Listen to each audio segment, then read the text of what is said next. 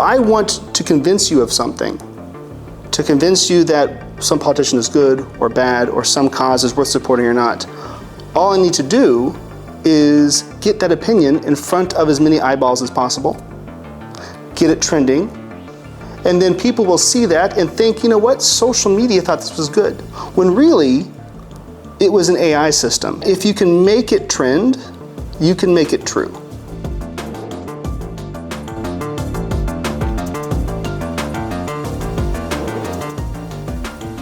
We know that AI can be used to manipulate images, it can be used to spread mis and even disinformation, and those are definitely negative consequences. Those are not things that are healthy for a democratic society. Hopefully we can at least all agree that if we're going to have an informed electorate, for example, we need to make sure that they have accurate information. Being born in the USSR, I experienced the great democratic changes in 1980s, 1990s. Then we experienced an authoritarian rollback, and in some countries this rollback not only affects their own citizens but also the whole humanity.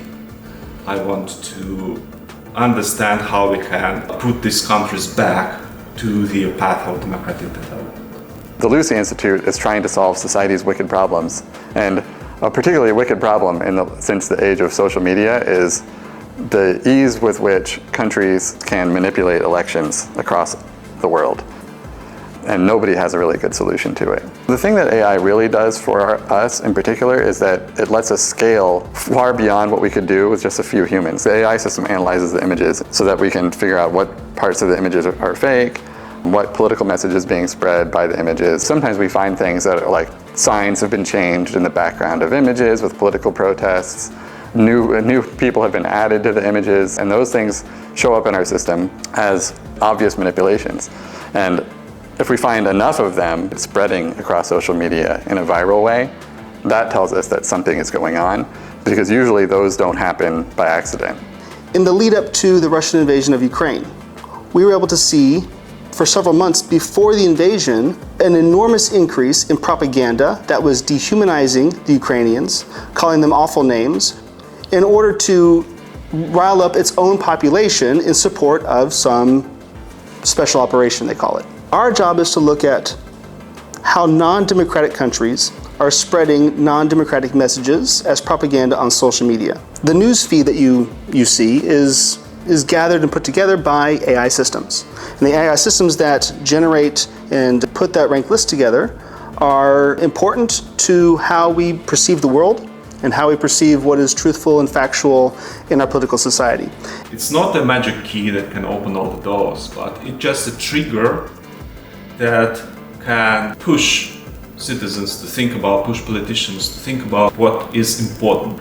And we have to think about their future new forms of democracy, new mechanism of political system, new political system actually.